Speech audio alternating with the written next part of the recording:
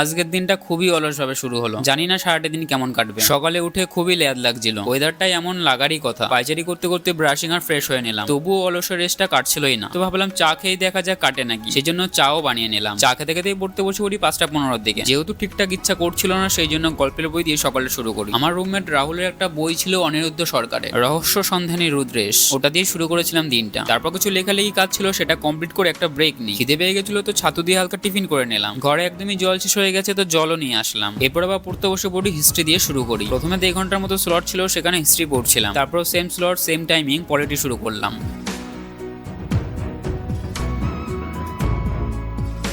খিদে পেয়ে গেছিল তো 10:30টার দিকে একটা ব্রেক নিলাম। কালকে রাতে আর বাসনগুলো ধোয়া হয়েছিল না, খাওয়া দাওয়ার পরে সব দিন ইচ্ছা করেও না, তো দুটো ডিম সেদ্ধ করে বাসনগুলোও ধুয়ে নিলাম। এরপর আবার 11:30টার দিকে পড়তে বসে পড়ি। সকালে তো সায়েন্স পড়া হয়নি আজ, সেই জন্য এখন সায়েন্স দিয়ে শুরু করলাম।